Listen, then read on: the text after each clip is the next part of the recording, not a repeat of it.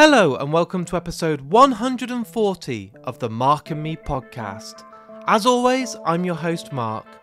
Joining me on today's episode are two members of the absolutely awesome band Red Fang. Today I'm joined by Bryan Giles and Aaron Beam. They're both absolutely legends. I absolutely adore this band. I've been wanting to get them on the podcast for some time, and they're here to talk about their brand new album. So right now, as we're listening to this, Arrows has just come out. It came out a couple of days ago and it's phenomenal.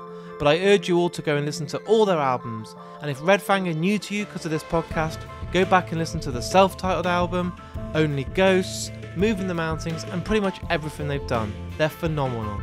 I've seen this band many times play.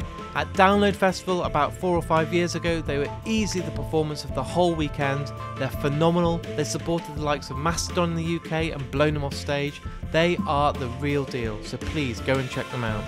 But in true typical Mark and Me fashion, before we get to the interview with Red Fang today, I like to touch base and talk about the last episode. On episode 139, we had the next guest of the Voice Behind the Art specials, and I was joined by Flory. This was easily one of my most downloaded episodes I've ever done, one of the most popular artists I've had on. The chemistry was there from the moment we spoke, and the feedback has been phenomenal, so thanks for everyone who's taken the time and listened to that episode. But honestly, today is a huge honour. I'm joined by one of my favourite bands and I can't wait to get to it. So I think the best thing to do is literally do that right now. So here it is. Here's me, Bryan and Aaron talking all things Red Fang.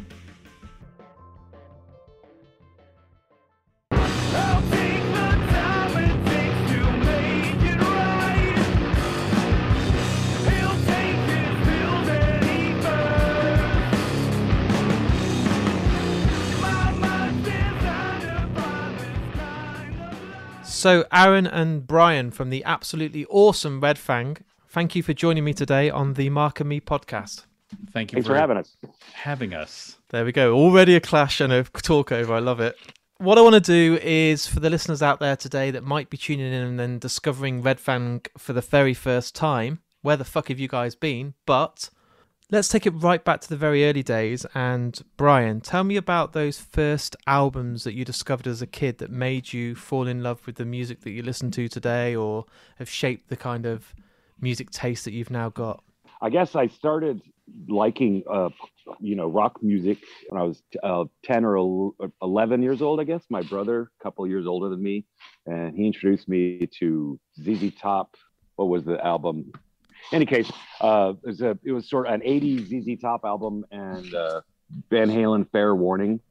Anyway, I got real excited about that, and I sort of started following, darker, heavier things. I was just on a quest to find the nastiest version of that kind of thing. And so I went down heavy metal for a long time. And then that turned into a lot of ballads, a lot of the bands that I really looked up to and enjoyed.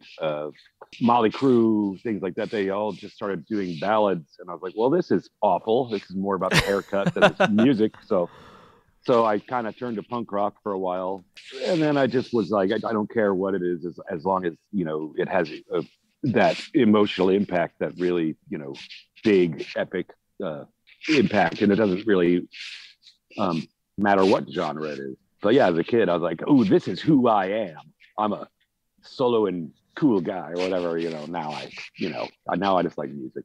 And what about you, Aaron? Is it kind of the same sort of bands, or is it completely different? The bands that got me to first want to pick up a guitar. Yeah. It was like probably early Metallica, but I couldn't play like that. So the thing that really got me inspired to actually try to write my own music was Soundgarden, Mudhoney, and Nirvana. It was grunge, man, because it was like the thing that I liked about Metallica and what James Hetfield was saying is that he was like, I don't even use the two, plinky strings. I only really need these 4 heavy strings on my guitar because I'm just all rhythm. And I was like, that's me. I don't want to know how to play a solo. I hate solos. I don't even need those strings on my guitar. And so I was like an anti-solo guy. I remember like seeing Nirvana came through with Jesus Lizard and Dinosaur Jr. Nice. And now I have an appreciation for Dinosaur Jr., but at the time they were like, oh, that's that band that plays guitar solos. So I left when they're like, fuck them. Yeah, basically that. I hated guitar solos. Wow. So Kirk would be there for Metallica like, I don't understand. I can only play a solo. Like, me and Aaron will never get on because all I do is play solos. Yeah, exactly. Now I love guitar solos, but I was an angry teen. Yeah. So guitar solos were like showing off. So it's like, I'm just going to be down here in the dirty part of the basement just playing the rhythm guitar. So then when it all changes is obviously, I remember when I first went to one of my first gigs and it was something like Korn or something in like a small venue, and it blew my mind. It was that whole transformation of buying the CDs every week, saving up my pocket money, falling in love with albums, but then as soon as you go and see it live, it just takes you to another world. Can you guys remember those sort of first gigs you went to when you were like, oh my fucking God, this is what I want to do and I'm never going to get a normal job. I want to be in a band forever. I think the first time I saw the Melvins, I had never heard of them. Just the guy who ran the DIY art space in Tucson was like, are you going to come see the Melvins? I'm like, I don't know what that is. And he said, they do great Black Sabbath covers. And I was like, well, I like Black Sabbath. Okay.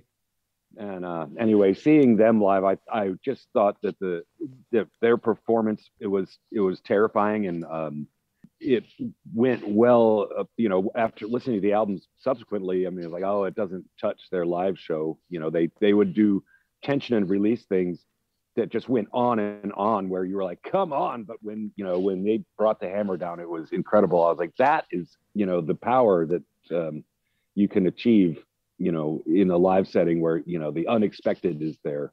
And I saw the Cows perform in the late or mid, I guess, early 90s. Geez. And those guys literally scared me. The bass player was swinging his bass at the crowd.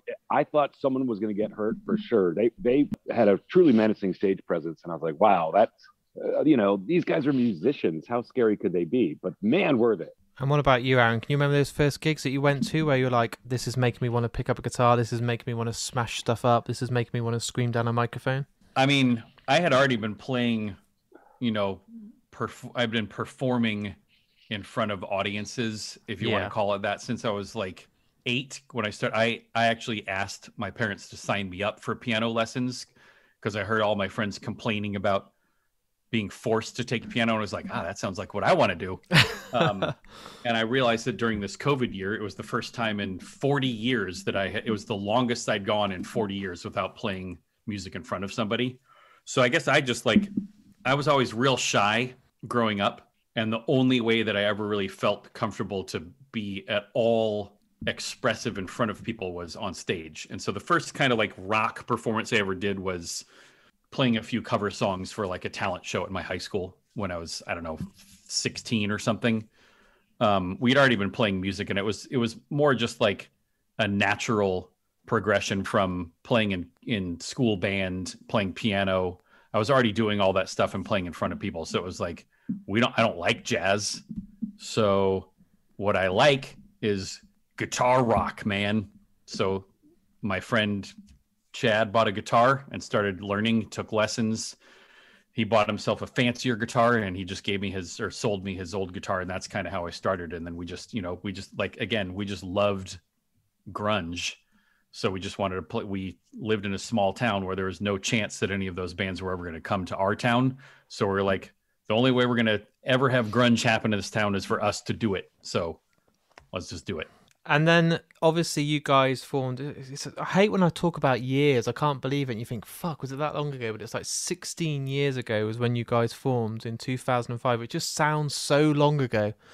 I want to know those times when you first met up and how the band actually formed, because was it a case of that you just gelled straight away, or did you kind of have like a band poster audition where there's a drummer needed in the typical fashion, or was it just a case of you were just mates and all play guitars and drums and it just came about? Or how did Red Fang become Red Fang? It was sort of halfway between those two things. So we were all friends who all had never played together, all 4 of us, but Bryan and John and David had been playing in a band called Party Time for a few years, and then Bryan moved away and John, David, and I think John called up me and David and were like, and just asked if we wanted to start jamming. And we played for a few months and then realized that we just had a bunch of kind of like random assortments of sounds and no real cohesive songs. And I think that it was John's idea. He was like, let's convince Bryan to move back up to Portland or something. I guess you were already probably thinking about moving back, right, Bryan? No, not as such. It was the riffs. You guys sent me a bunch of the riffs.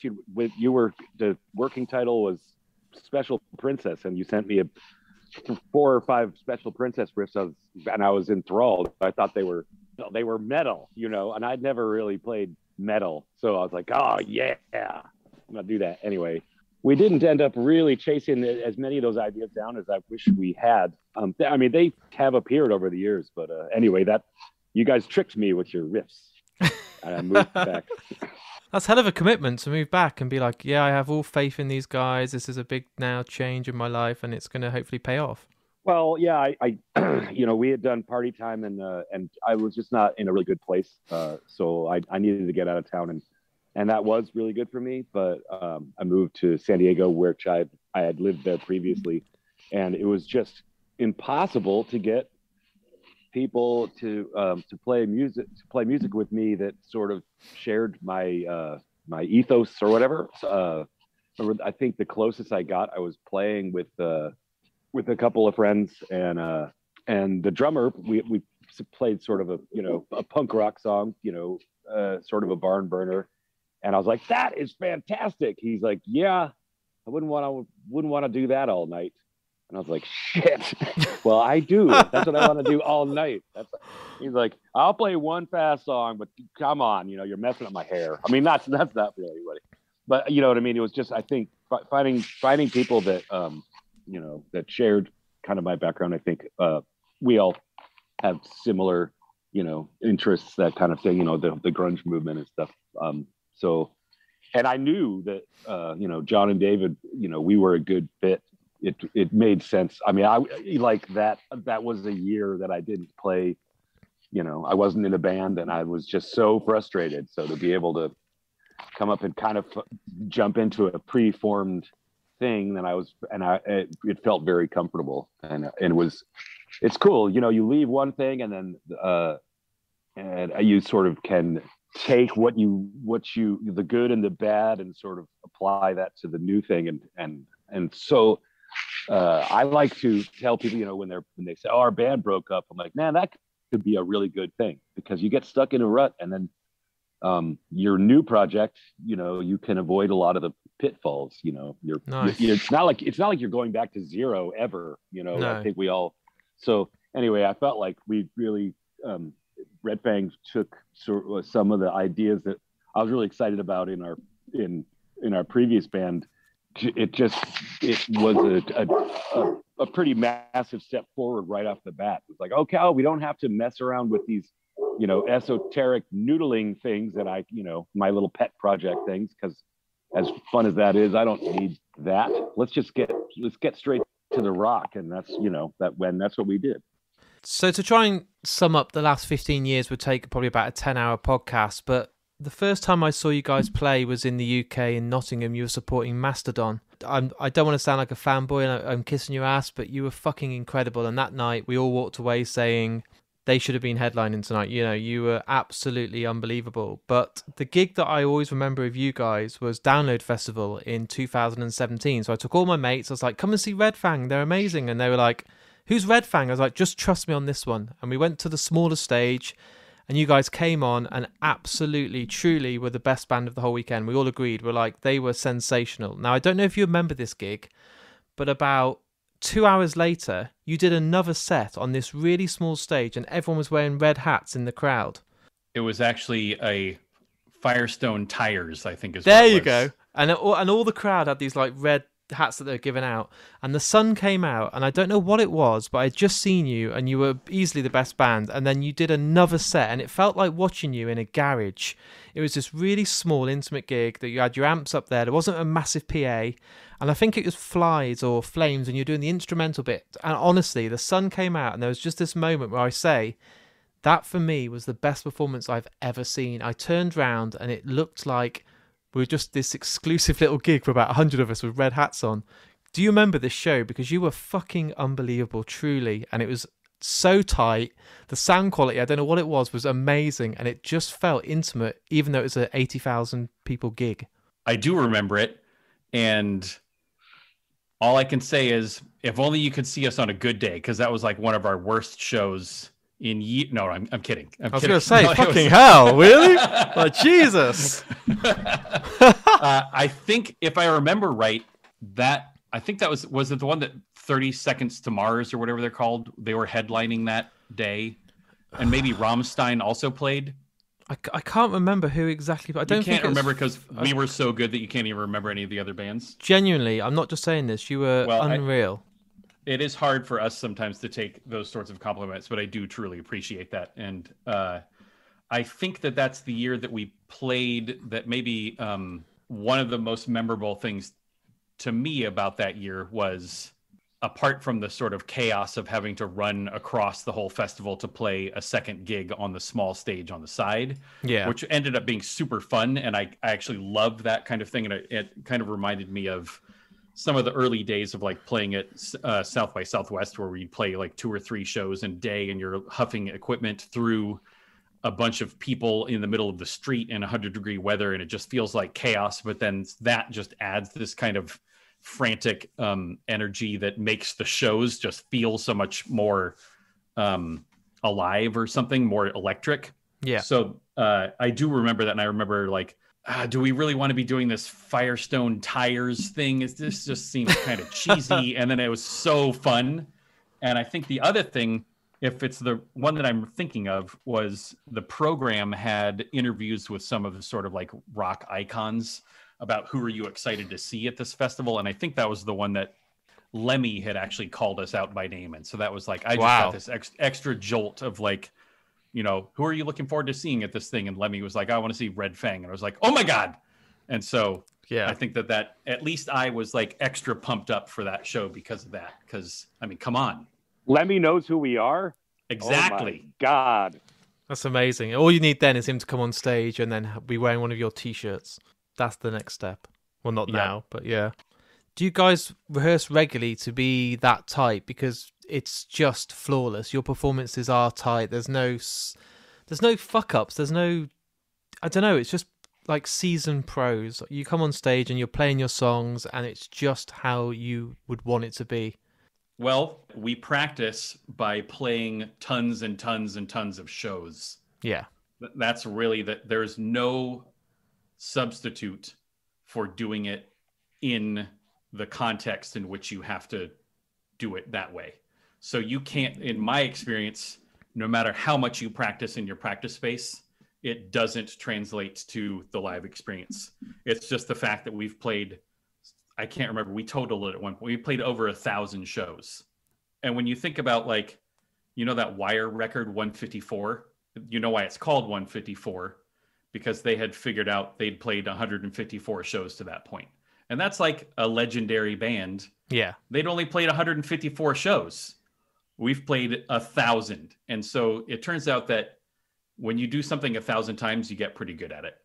And you guys obviously are now promoting your brand new album, and it came out of nowhere. Like, we didn't get any teasers, we didn't get much of a hint. It was just suddenly, I went online, it was like Red Fang announced new single, new video, pre-order the album, 900 different types of vinyl, and it's just awesome. It was just out of nowhere, but I didn't realize it had been 5 years. I mean, I know the pandemic speaks for the last 12 months, but what was the delay? What was the whole... I mean, Bryan, it's been a long time, like 5 years. What was it that caused this delay? Was it that you just wanted to take time out or do justice to the album and give it the kind of length of time it needed, or what was it? Honestly, we're slow songwriters. I wish I could say, oh, I took up origami and I just didn't have time. But no, I think we're just pretty meticulous as far as, I mean, occasionally a song will come together, you know, rapidly. There's a song on the new album that I think Aaron came up with the bass line, and between learning the bass line and recording it, I would say we probably spent 3 hours on it, but it's kind of one of my more favorite things we've done lately. So it's not that we can't just kind of blast out a song, but in general, we really do care whether something is, some transitional note is, a flatted fifth or a fifth. I mean, we'll change that like 10 times before we, and it's like, whether for better or worse, that is just kind of who we are. And, well, we care, but maybe we should stop caring so much if it takes us 5 years for an album. Hey, 5 years for some bands is nothing. Look at Tool. That was a long wait, a fucking long wait. And there's bands like Deftones, like 5 years is just normal now. Metallica do like 8 years, and it just seems fine. But it's just, I don't know, it just seems a very long time. It was nice to be, reminded of like, oh, fuck, Red Fang are back. And you did it in style. The video was, again, amazing. You did the whole sort of jokey thing with the budget and just using a sword to chop stuff up in slow motion. It just looked ace. It just was, that's what I would do if I had £5,000. I'd just get a sword and a really nice slow motion camera and just chop everything up. But was it as fun as it looked, Aaron? I mean, it just had that whole classic Red Fang stupidness, if you take that as a respectful stupidness. Of course. I mean, it's part of the ongoing saga of these four characters who can think of nothing better to do with these ridiculous budgets than blow it on some destruction. So yeah, I mean, it's exactly as fun as it looks. I mean, that's part of the idea that Whitey has, is that let's film you guys and your actual reactions to doing this stuff, because how could you not be super excited about having the chance to just slice a bunch of shit in half with a sword, or crash through big stacks of milk with it's so fun. Of course, it's awesome. We're very lucky to be able to do that stuff and then, share it with people and that they can get some of the same joy from it that we do. And also, I guess the other thing to say about the 5 years is that part of it is, COVID delayed this thing by an entire year. So it should have been 4 years. Yeah. But, what's that thing they say about absence makes the heart grow fonder? I think it's hunger's the best gravy. I just like that. I just like that phrase. I don't know if that's apt. You just bring that in whenever you can. If you could use any excuse to use that saying, you're like, bam, there it is. Yeah, I mean, if talking about doing your taxes, well, hunger's the best gravy. And was it amazing to see the response? I mean, every comment on YouTube is just like, welcome back, here they are, this is fucking rocking, and just, selling out the vinyl in seconds of the limited one that I wanted with the green stuff in that looked amazing. And it must be amazing just to see that. I don't know, being on the inside, was it difficult thinking, I hope people still are going to remember us? I hope people are still going to be hungry for us? Or do you never worry? Do you just kind of know that listenership and that really strong fan base is always going to be solid? I think that we're lucky in that we were never really popular. So, not in some kind of like, smash hit of the summer kind of way. We've always been a slow burn band. And I think that the fans that have been along with us for the ride aren't looking for the next Stairway to Heaven. They just know we believe in rock and that, we're going to bring it. But I think that if we'd written some, like the Sweater Song or something, then I think it's hard not to be perceived as like falling off or, oh, remember when they were good. If we were never remembered as being, super good, then we can't go down. Does that make sense?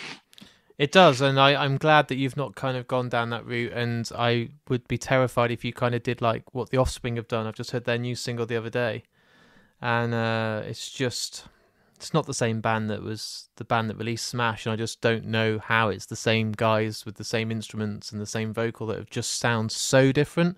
I know that when I put a Red Fang album on, it doesn't matter if it's 10 years old, 5 years old, or the most recent album, that's Red Fang. It sounds like Red Fang, and that's what I want. And people might be like, well, look at Radiohead, look how they've changed, and Thrice, and that's good.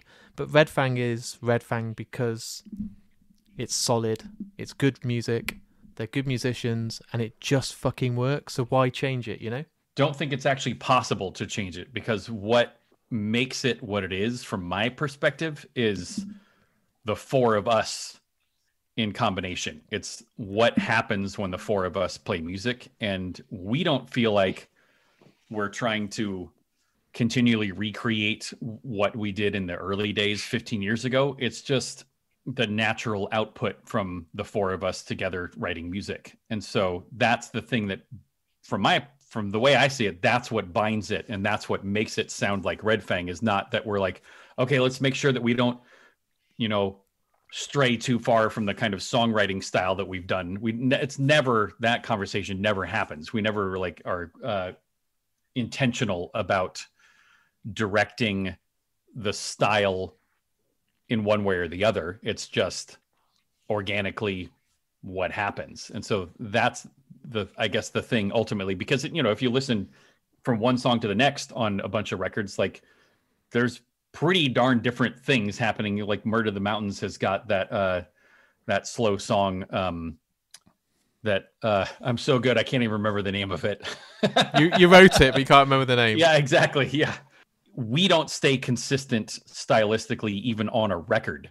It's just the thing that binds it is just the overall sound and feel. Yeah. So that makes it easier too, to not worry about getting repetitive. Like I loved Bad Religion for a minute of my life. And if you just click through every song on like 5 CDs in a row, they all start exactly the same. Yeah. And that's great. But it also, I can imagine as a band, you start getting kind of tired of like, we're just rewriting the same song. We've rewritten the exact same song 50 times or 60 times now. We're not really doing that. We're kind of like keeping the same mood from record to record, and it changes a little bit. But on balance, there isn't a particular music style that stays consistent.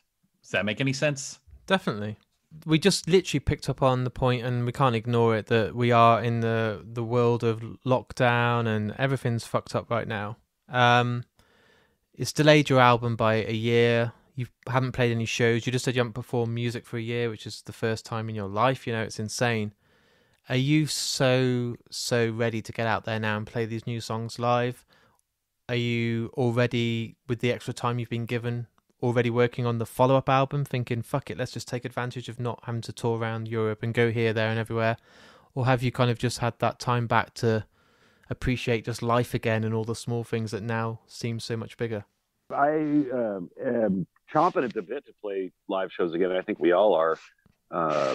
I have taken advantage of the time away just to sort of record things on my own, and that's been some. I've had some nice revelations, and just the technical aspects of recording, home recording, out of necessity, has sort of improved my life, and it's nice even without the the roaring crowd or whatever. I still love it. I still love maybe a weird guitar noise that happens by accident in my basement that no one will hear. That I still get a thrill out of that. So if anything, it's just it's redoubled my belief in rock and roll, man. I still love it, and it's good. It was without any of the kudos that go along. It's nice to know that I'm not in it for the the champagne parties that we're constantly going to in our normal lives. All the time. Oh, so much champagne. It's crazy. And is it the same for you, Aaron? Are you looking forward to getting back and plugging that bass in, standing up against the mic and saying, good evening, we're fucking Red Fang? Like it must have felt like you've got cobwebs. Yeah, I mean, for sure. Like I've been fantasizing about doing a European tour again. There's just so many parts of my identity that are just wrapped up in playing in front of people, whether it was regardless of like in what context. Like I said, I've been doing it since I was 8. Yeah. And so I've been playing in bands, in rock bands, in front of 5 to 12 people, from the age of 15 through 35 when Red Fang started doing stuff in earnest. I was doing, so I did it for 20 years because it's just part of who I am. So yeah, that is like deeply disturbing to my soul that I haven't been able to do that for so long. And I'm very much looking forward to doing it again. And then as far as like how I've spent the last year or so, like my wife is a drummer. And nice. So I don't know if you can see any of this over here, but we've kind of built out this room in the basement. It's my office and our studio. So we've been writing some music together. So that's part of an outlet. And then, but I needed money. So I actually also went back to my old pre-Red Fang job, which is working in the film industry. Nice. So I've been working from home as sort of like a coordinator for the puppet department on this stop motion movie that they're working on in Portland. It's a Key and Peele animated movie. Wow. So that's what I've been. The job actually started like right at the beginning of lockdown. End of March is when I started on that. So that's been taking a lot of my time and energy in a good way, but it's also going to wrap up pretty soon for me. And I'm really looking forward to being able to spend more time and energy doing music creation on the computer back and forth with Bryan across the interwaves. And I'm conscious we've only got just over 5 minutes. What I normally do is on the podcast is choose an outro song, which is always the band that come on or the artist or the director. Now, normally it's one person, but is there a song that you guys can agree on that would be the outro music for today? It doesn't have to be Red Fang. It can be a band, a piece of music, a film score, a song that you both adore and that you could agree on. We might have to do stone, paper, scissors or something to decide, but when I ask you the question, what's the first song that comes to your mind? If you think about it for too long, you'll wake up at 4 a.m. and think, fuck, why didn't I pick this? Or you'll be in a situation where you're like, I should have asked for this one. But when I asked the question, is there a song that jumped into you that would be the song choice for you? I think that we should do like a 1, 2, 3 and both say it at the same time and see if we say the same thing. How We're cool not would going that to. You go, Bryan. Kashmir. I was going to say No, I wasn't going to say Kashmir. I was going to say Summer Breeze by Seals and Croft. I'm more fine with Kashmir. It ties in with my life a little better. Thank you, guys. I really appreciate your time today, and I can't wait to see you guys live, and we'll catch a show hopefully in the UK and grab a beer when you're over here. Hell yeah. Love it. Thank you very much. So there it is. There's my interview with me, Bryan and Aaron from the absolutely awesome Red Fang. They are hilarious guys. If you check out their music videos, they just up it and up it every single time. They're absolute geniuses, and the songwriting, the musicianship, and everything about this band I absolutely adore.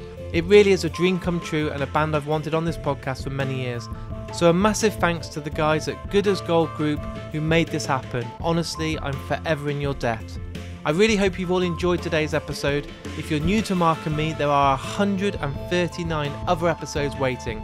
I try and get a range of guests from all different areas of the business, including music, art, films, directors, bands, whatever, you name it, they've been on the Mark and Me podcast. So please dig deep into the archive, and I hope you find some incredible gems to keep you going. I'll be back in only a couple of days' time with a brand new episode, but in the meantime, please share this episode. Go on Facebook, go on Twitter, go on Instagram, tag people in, ask them to listen. It's the best way to get the word out there and get a whole new audience to Mark and Me. If you've really loved today's episode, I do have a Patreon page. On there, when you sign up, you get one of these incredible pin badges, which you may have seen over the last few weeks. You get exclusive access to backstage interviews, you get episodes early, you get announcements, and honestly, the draws that I do each month for the prizes are insane. Thanks to the amazing guys at Vice Press, they give me some of the best posters out there, some artist proof and some prints that money can't buy, so thanks so much for those guys for supporting the podcast.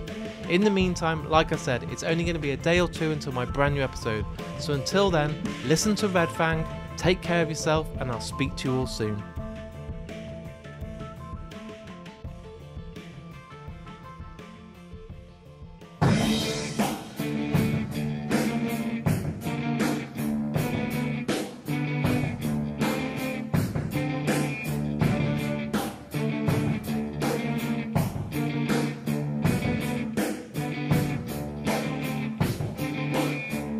Oh, let the sun beat down upon my face.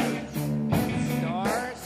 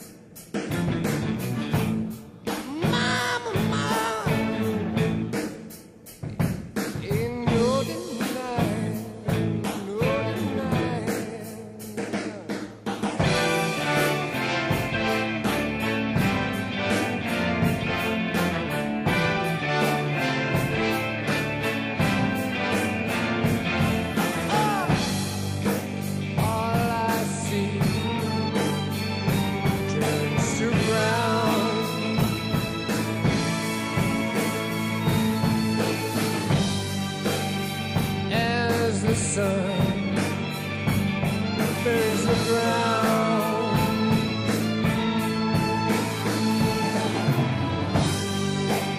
And my eyes filled with sand.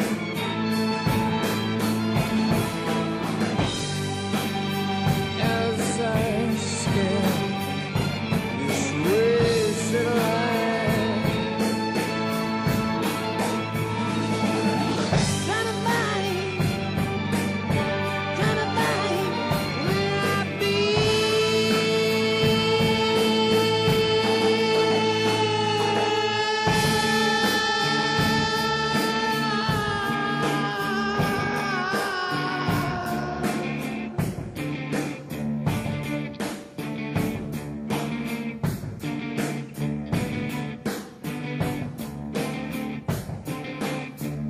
oh, pilot off the storm who leaves no trace, like thoughts inside a dream.